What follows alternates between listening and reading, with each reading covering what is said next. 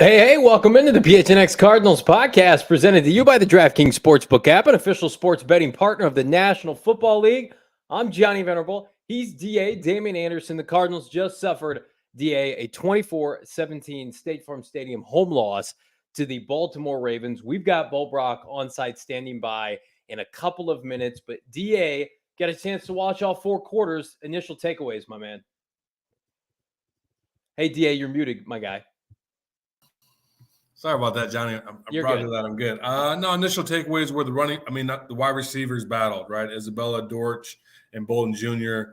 Well, I like what I saw there. Also, initially with Zaven Collins just being aggressive, getting that TFL, being man-to-man with the I believe it was tight end, and we have to find a way to cover tight ends, opposing tight ends with likely having a day in that first half. I mean, it wasn't concerning knowing that we don't have Buddha or Simmons in there. But at the same time, the guys that were needed to play well and step up, I thought they played well. Obviously, Ward with the big kick return, I think solidified his spot, roster spot on this team, obviously doing it in the backfield and on special teams. Yeah, the Cardinals came out. I thought Trey McSorley left a lot of plays on the field, 2 interceptions, one of which wasn't really his fault, fourth down play. He's trying to force it to Trey McBride, my guy, who didn't have any catches tonight, which is tough. You're watching Isaiah Likely on the other side go nuts, and it's like, where is my love for Trey McBride? But I mean, I get it. It's not his night. Different kind of offensive scheme. Cardinals didn't really effectively run the ball at all. Neither team did, but the Cardinals especially were rough on the ground after really productive last week against Cincinnati. Just 55 yards rushing, 2.6 yards per carry. Not great. But I thought the defense played pretty well in the first half, only gave up 10 points, DA. But the offense had too many missed opportunities. We talked about at the end of the first half, not converting that first and goal on the 1 into a touchdown. That was brutal. Andy Isabella, God love him. He makes a couple big plays and you're ready to get back on board with Andy. And then he has a pivotal DA false start that ends up sinking and torpedoing a drive. And it's like, Greg Dortch had a couple miscues, but still I thought looked much more explosive, does better in the return game. I am ready to declare this position battle dead on sight.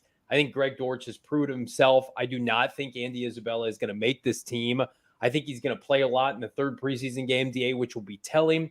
But for me, it was the lack of plays offensively in the first half. This game was here to be won. We saw in the fourth quarter, they rallied a little bit. Kudos to them.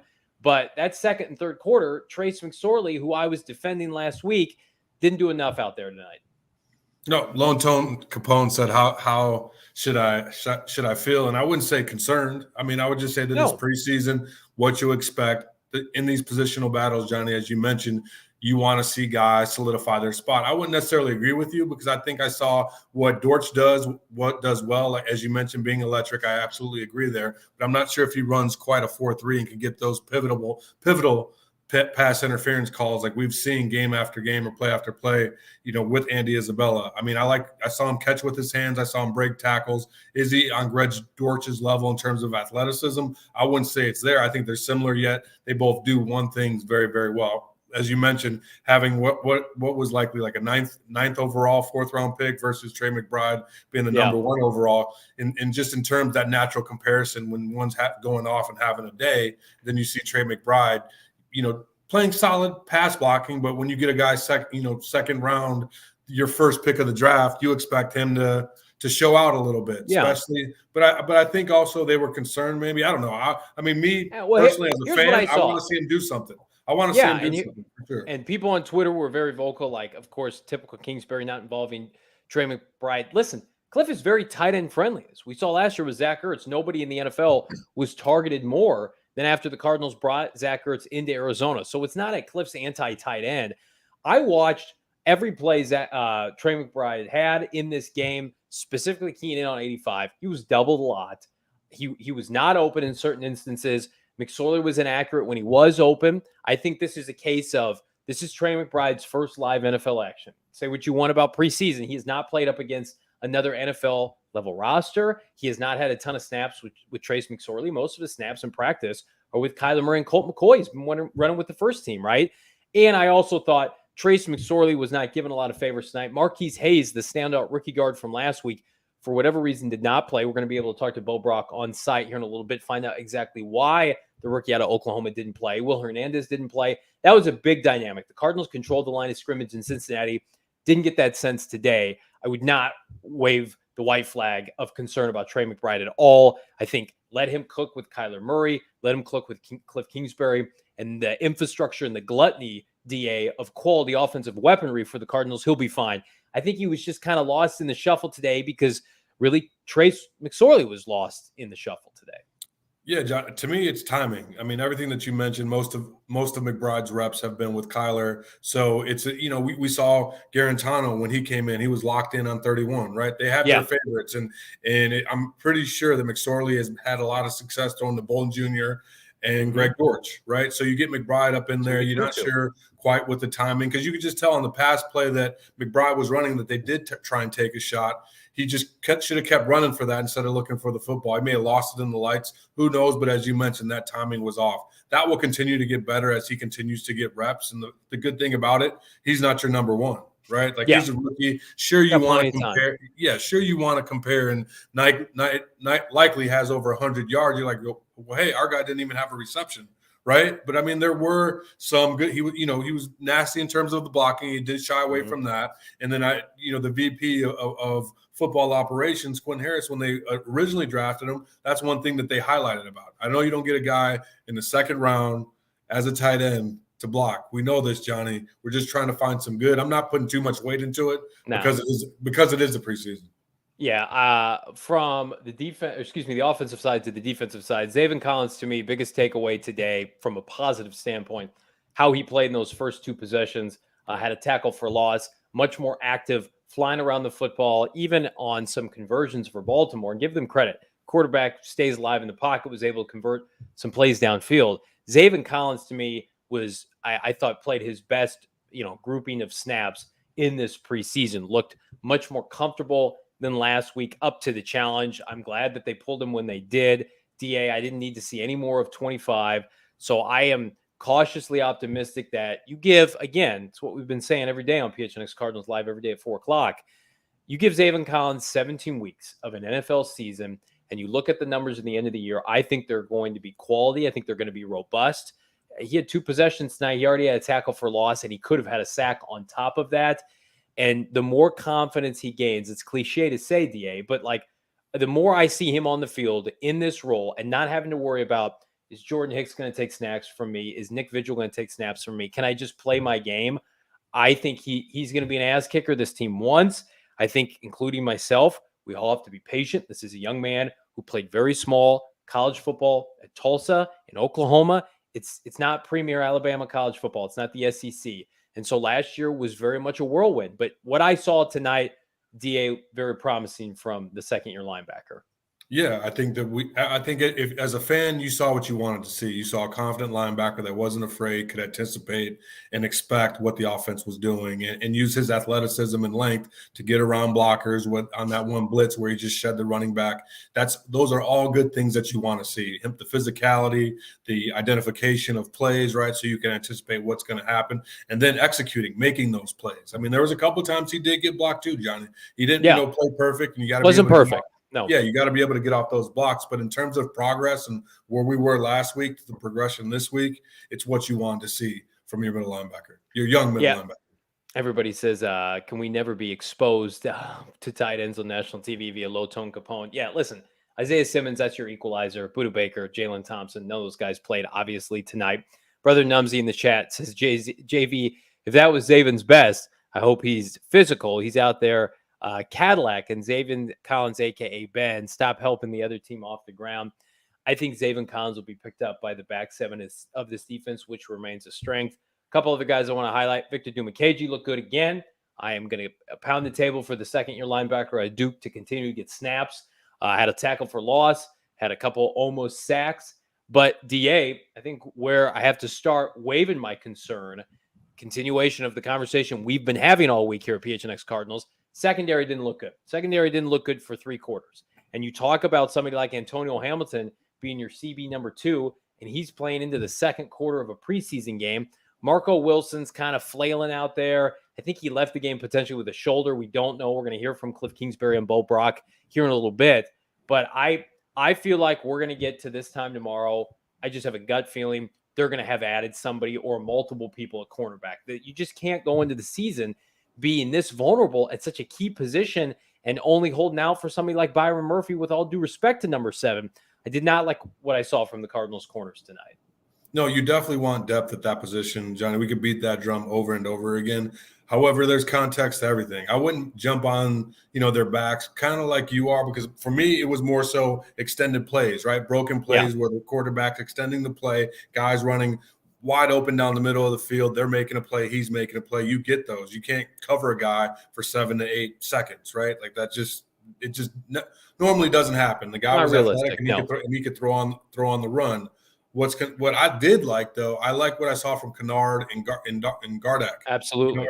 Early on, I like their tempo. I like their ability to get after the passer. That's a major difference between, obviously, it's understandably right now, Sanders and Cam Thomas. I mean, I thought that they showed some promise, right? I saw Sanders early on with his hands, but I was really like what I saw with Gardeck and Kennard early on. Well, I'm still a little bit worried about the run stopping ability of those two, because I think that they're great at getting after the passer. But anytime Baltimore tried to just put their heels into the ground and run the football, they had some success. So long term, I'm going to let Vance handle those, right? He's forgotten more defense than I can remember, right? So I'm going to let Vance handle that, but they look solid to me. It was definitely progress. I felt good about that. As you mentioned, Victor Dimukeje, I felt good about that pressure on defense. Yeah.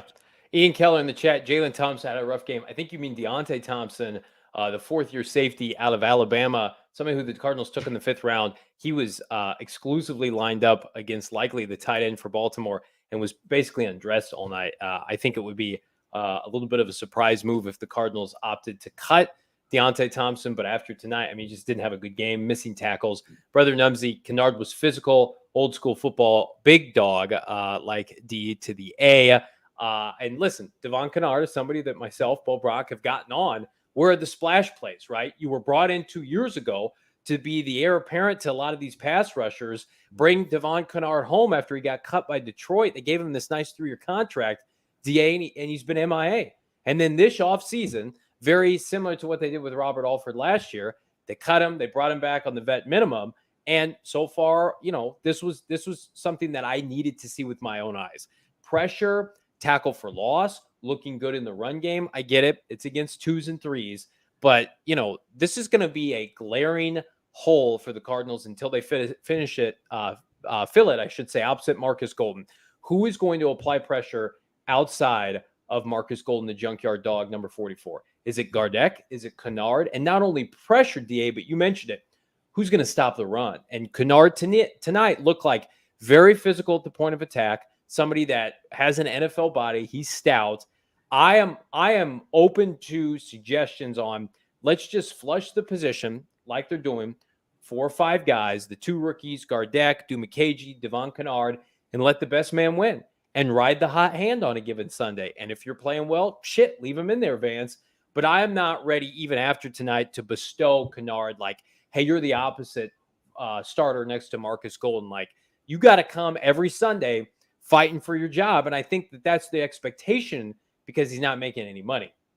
No, John, you're absolutely correct. And I think that you're going to get a flow or rhythm of players in there, right? Whether it's Dimukeje, maybe situational, you find out that maybe Kennard is great on 1st and 2nd down, and Dimukeje is better on on 3rd down.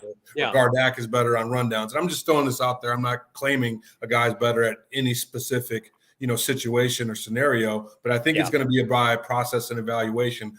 Obviously, we know that Vance like vets. I mean, I haven't seen enough from Sanders and Thomas to think that they're going to be able to go in and steal reps from Kennard, Gardeck, or Dimukeje. I don't feel that. So I think it's going to be a 3-guy rotation at that position. And I also believe that they're going to move around just based on the broadcast. Budda Baker throwing him in addition to Simmons, right? Just that constant pressure that what Vance likes to do is manufacture pressure and have guys like Budda Baker and Isaiah Simmons win those one-on-one matchups where they know that they can beat an offensive lineman with their quickness and they can beat a defensive back with their strength or their speed. Yeah, I agree with you. And I think that the Cardinals, to me, the key to this defensive front is a bunch of guys overachieving, frankly, a bunch of guys fresh throughout the season. Last year, they went with the big names in Chandler Jones and Jordan Hicks.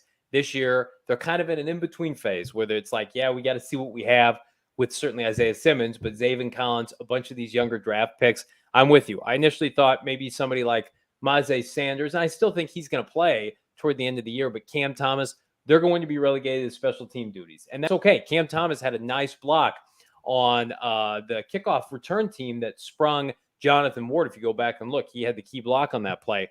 But I think for now, they're going to roll with these 3 or 4 veterans at outside linebacker and then let the kids kind of grow organically. We've got some photos here. Producer Emma is going to bring up from the game. We had a photographer there just kind of walking you through everything. Kyler Murray, of course, DA calling plays in the fourth quarter and looked fantastic doing it, orchestrated 2 touchdown drives. Continuing on here, Lamar Jackson, who looks to be the next big money quarterback, looking for a deal over $230 million. He did not play, but Jonathan Ward did. And Damien Anderson, give me your thoughts on the running back battle that we have between guys like, Benjamin, Darrell Williams, Jonathan Ward, who left the game with a shoulder injury, and then, of course, your boy, Keontae Ingram, who had a nice catch and run at the end of the game. Yeah, I mean, Johnny, that's his game, is making plays with the opportunities that you have. And we know that Kliff is high on Benjamin, right? I mean, we've seen a little bit of it last year, his ability to just break tackles and just spring up given the opportunity. So I think that position, obviously we have James Conner, so you're not worried about in terms of the starter, but behind him, I think we saw enough from Ward to – solidify him a roster spot. Hopefully the shoulder's okay, but obviously that explosion play on the kickoff return, the pass that he caught, and he was churning, getting 3 to 4 yards every carry. With the limited opportunities in terms of space he had rushing the football. But it's the more you can do. If you're not going to be a starter, if you're not going to be out there taking reps, it's the more that you can do. And they look for value added at that. Guys that are going to play those special team positions. So that I think that the Cardinal staff know that they got a player in Jonathan Ward, Johnny. Yeah, he did not impress me up until tonight. I've been on the record many times saying I don't know what he brings to the table, and he stepped up tonight. That return was key. He had a really physical drive, had a nice catch and run. Cardinals are going to have a tough decision to make in the running back room because you got Darrell Williams, who you brought in as an external candidate. I don't think he's some lock to make the team. I would keep him around because of his experience, because you got a bunch of guys on the roster that haven't played significant snaps, especially late in the season in the playoffs, and that's where the Cardinals inevitably want to be. But, Benjamin looks good. Jonathan Ward looks good. Keontae Ingram, to me, it may not be this year, DA, but he's going to have a nice stay in the NFL with either the Cardinals or, hopefully the Cardinals, but God forbid somebody else, where he just sticks around the NFL roster. Because you saw in the fourth quarter, his ability to break tackles after the point of the attack, I think, is only challenged on this roster by James Conner. I think it's James Conner, then it's Keontae Ingram. Because the Cardinals are very unique in the sense that their quarterback is undersized. He does not go under center. You are susceptible, as you see Kyler Murray there, to, shorten or fourth and goal line plays. You can't have Kyler Murray under center for those plays. So what do you need? And what they find great success with last year? James Conner, big physical back, in tune of almost 20 touchdowns. Keontae Ingram fits that mold. With all due respect to Darrell Williams, who I still think is good short yardage back, and I would rather keep Keontae Ingram around for the long term because I think you could groom this guy into an eventual maybe successor for James Conner, because I don't ever want to see, with all due respect to Chase Edmonds, a duplication of what we did with Chase and Kyler Murray, and to a lesser extent Kenyon Drake. You can't pair Kyler Murray, DA, with a smaller back. You have to give him some bulk so that you can keep defenses on their toes and make them fear the run game, because otherwise they're just going to stack the box.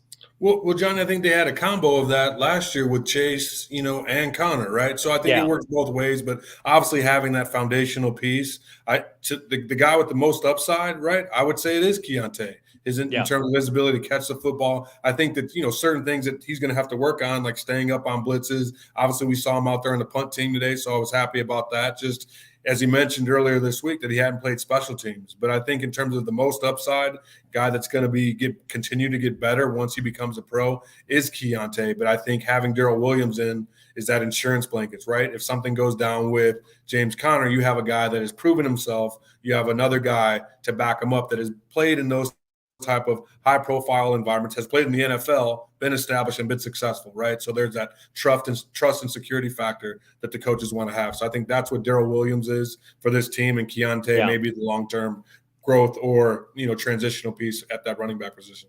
Yeah, Rafa in the chat highlights it. I know Darrell Williams; he's a big man, right? To me, I always love to go with youth at the position, fresh legs, and I've seen a lot of Keontae Ingram in this short time to be impressed and not want him.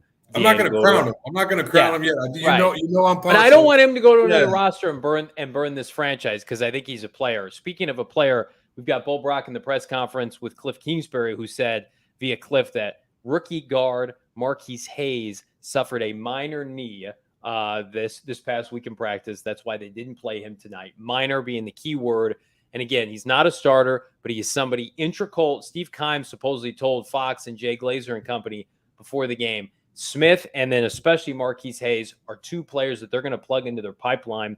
A lot of people see Marquise Hayes, DA, as the successor to somebody like Justin Pugh. So get him right. I do think he's going to start games for this team out of necessity later this year.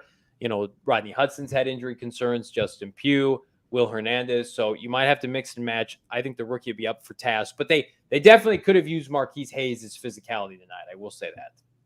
Yeah, I mean, Johnny, I don't feel like they played that bad. I don't feel like they played that bad rushing the football. I think they had opportunities. Obviously, you have some drives that are stalled with interceptions and things of that nature. Granted, we didn't have the pop plays, right? We didn't have things that we're accustomed to, maybe runs over 7, 6, 8 yards. But I think that on the 4th and 1, we talked about Keontae a little bit ago and his ability to get that 4th and 1 conversion. He was moving the pile, doing things that you want from your running back. And I saw that from Ward as well at that position. But I get it. You want the gaping holes. This is preseason. You're not going to necessarily get that. I think you're going to always benefit from having a guy that is, established himself as a good player. I did like what I seen with Smith. I thought that he got beat on one play. They did like a tackle end stun on the defensive line, and they allowed McSorley to get hit early on in the game. But other than that, he played a solid, his ability to go back from guard to center. I thought he played well at center before getting dinged up.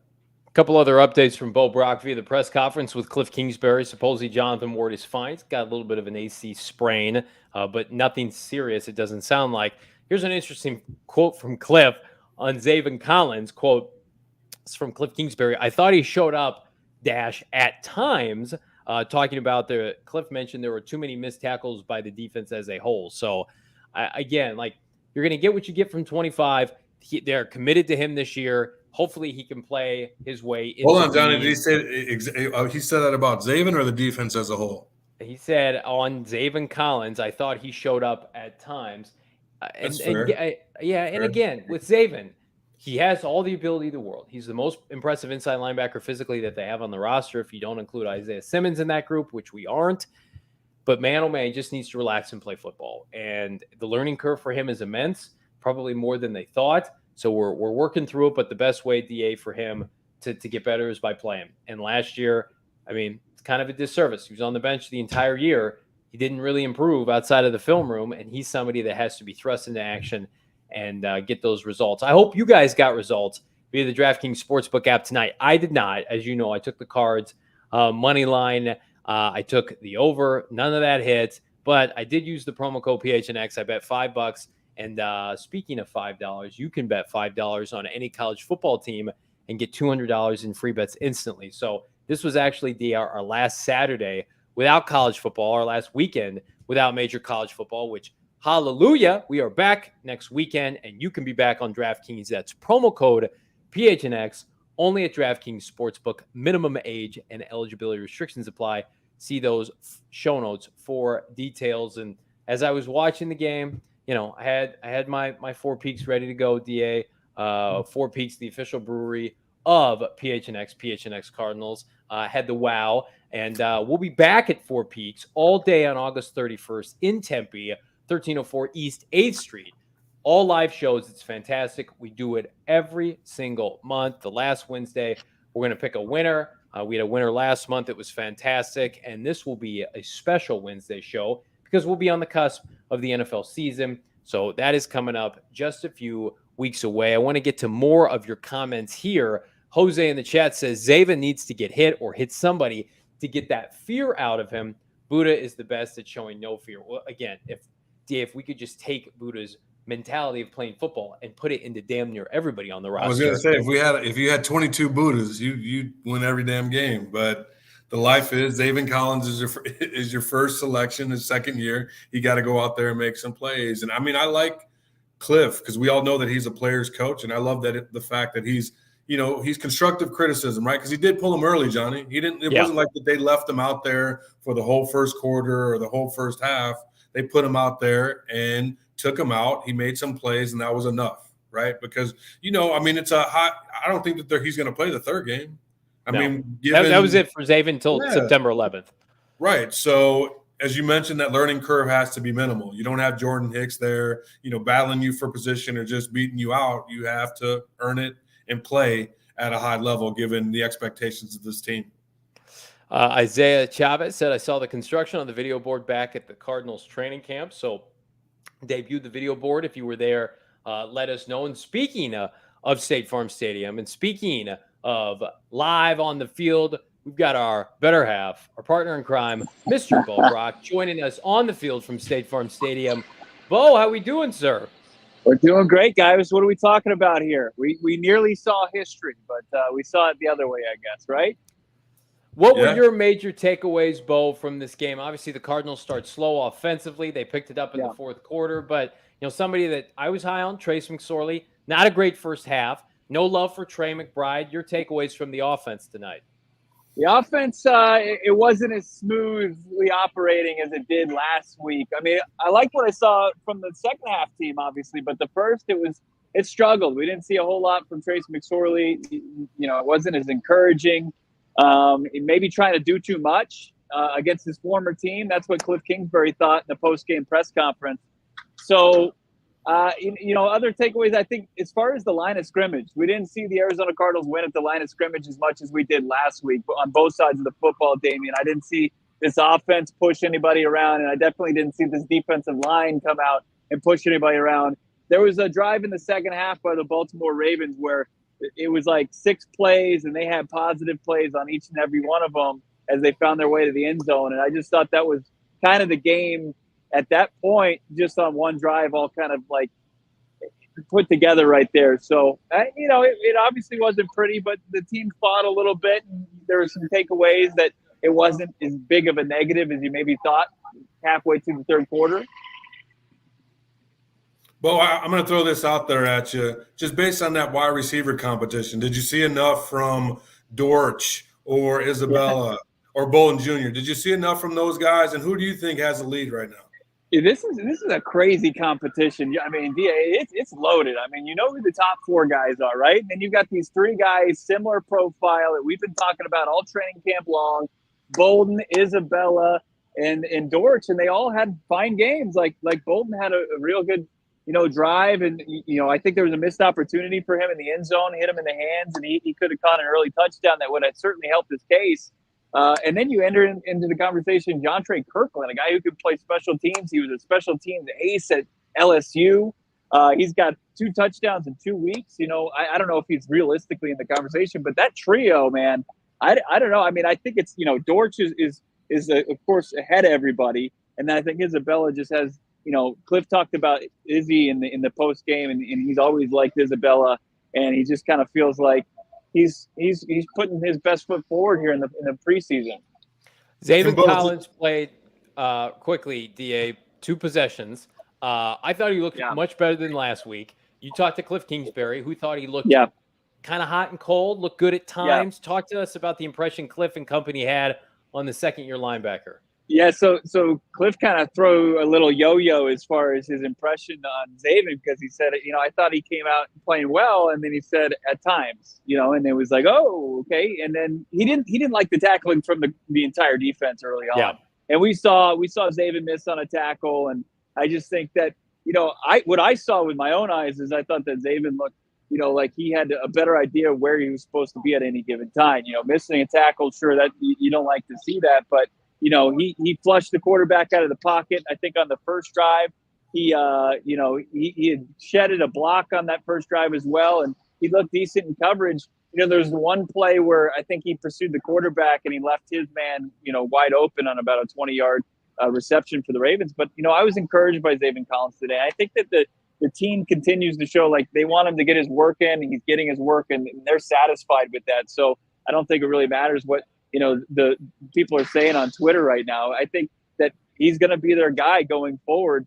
No matter what kind of happens in preseason game 3, I doubt we even see Zaven Collins. What do you guys think about that? No, yeah. I mean, Johnny and I were talking about that before you hopped on, Bo, and we don't foresee it. Like, that was the last we're going to see a Zaven. It's going to be other guys battling, possibly 3 to 5 guys that are battling for roster spots, in a game that we know that so much goes on in that third preseason game. And it's just roughly to just, hey, give guys an opportunity, go out there and play. But speaking of the opportunity tonight, Bo, what did you think about that?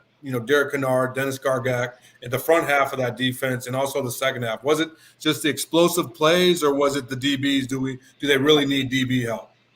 I think it's more, what you've been preaching. I think that front seven. I don't think we were getting as much, play or good play from that front seven as we saw, especially against Cincinnati. There just wasn't that much pressure. There was a lot of time for, not some household name quarterbacks and Tyler Huntley and kid from Oregon that was in there, Anthony Brown, in the second half. Like, they just had their offensive line were moving around the Arizona Cardinals on defense.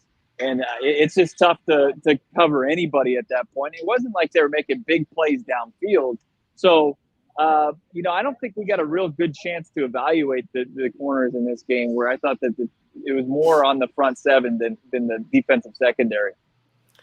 We talked about the shakeup of the offensive skill players, specifically the running back group, Bo, before you jumped on. And Jonathan Ward certainly made his case to make this team. I had not been impressed with him up until tonight. You got Darrell Williams kind of, getting a cup of coffee and, doing his thing.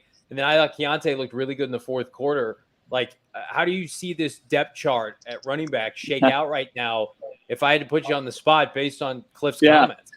Man, I had a couple of things like that kickoff return. How about that block from Cameron Thomas on that? Fantastic. That was awesome. And then Keontae on that big play downfield, that was huge as far as them. It was third down, wasn't it? Third long, and Keontae makes the big play in the pass game and gets it up, and Trey McSorley was able to cash in a couple of plays later. This is going to be tough, but I think it comes down to what we've been saying. Who's going to be the one that you can kind of slide to the practice squad? And I don't think you need to put too much stock in it, but I think when you're trying to evaluate these guys, and unfortunately for Jonathan Ward, Kliff thinks he's got like an AC joint issue now. He left the game with a shoulder issue. Missing any time, Damien, at this point in the preseason could be devastating for his chances of winning a spot. We saw our first taste of Darrell Williams. Didn't see much there. We haven't seen much from Eno Benjamin, but I think, fortunate for those guys, their spots were all but locked up before we even started preseason games. So it's like it's JC, it's James Conner, it's Darrell Williams, it's Eno, and then probably Keontae. Man, I mean, unless Jonathan Ward finds a miracle elixir to get healthy real quick, I think that it's got to be Keontae, right? Yeah, I mean, we think in terms of long-term growth or replacement for sure for JC, right? I think that you got to look at JC's the guy. His backup is probably similar style in terms of experience is going to be Williams, right? And then you got Eno, who Kliff really likes, and long-term plan is definitely going to be Keontae. Ward, I think he did a great job. Hopefully, like you mentioned, Bo, taking something to heal that AC joint. So game 3, he could go out there and give himself the best opportunity to be successful. But the great thing about this league, he showed it tonight on a Sunday night game. Some scout was watching this game and doing what they could and saw, something of Jonathan Ward that he's going to be a football player. He is a football player. And help their team win. I agree. He's doing it in all facets. Is there any way they can carry 5 of these guys? Is that no chance? Well, I can tell you right now, after what I saw, assuming that our guy Colt McCoy is healthy, they're not carrying 3 quarterbacks. I was drinking the Trey McSorley Kool-Aid last week. I am no longer. Bo Brock, you still with us there on Cards Field? We'll get your final thoughts here.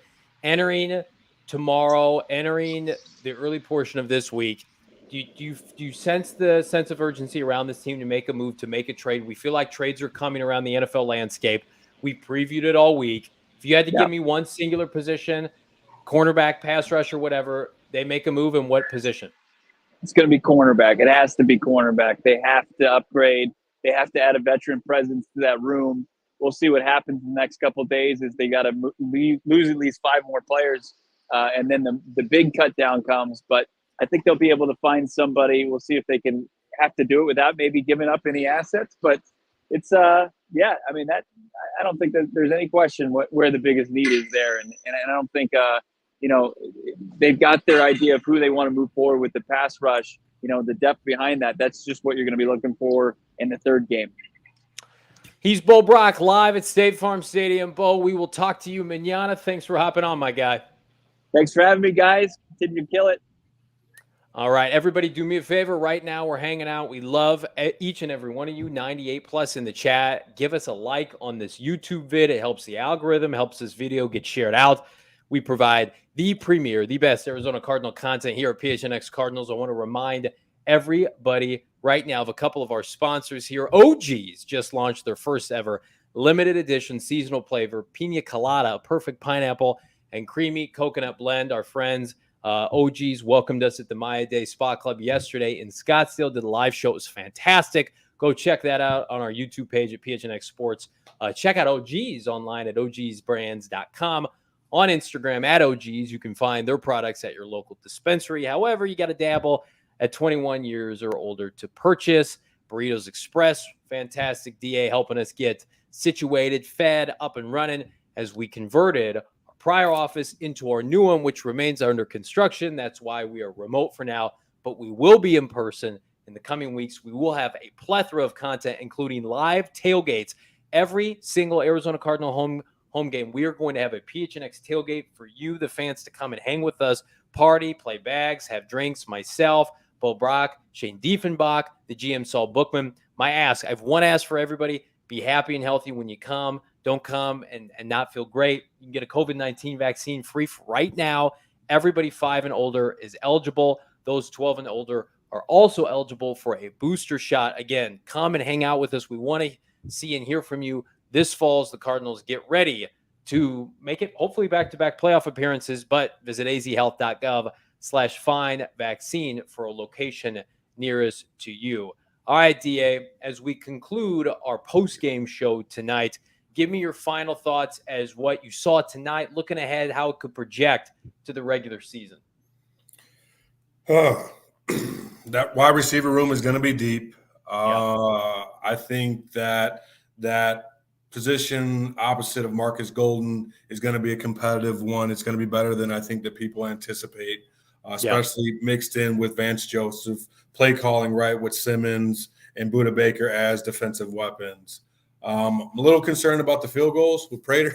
I don't know what's going on. He and Andy didn't look good at all. Andy didn't have a good situation. I mean, I don't know. And then just the wide receiver room is deep. I think that Kyler Murray, Kliff Kingsbury are going to have a lot of fun today. And I hope that experience in terms of play calling transitions to just Kyler's overall understanding and complexity of the game, right? And just takes him to another level in terms of understanding what's going on, because it was good to see him have some success calling the plays, right? And this just moving the football. It's a lot different than last week. And I think he took he took pride in it this week and made sure that he was prepared for, everything that presented itself. And you saw him having those talks with Garrett, Garen, what's his name? Last name? I can't pronounce it. Every time I try to pronounce it, I end up saying Guantanamo. I almost called him Jimmy Garoppolo, and I know that Garantano.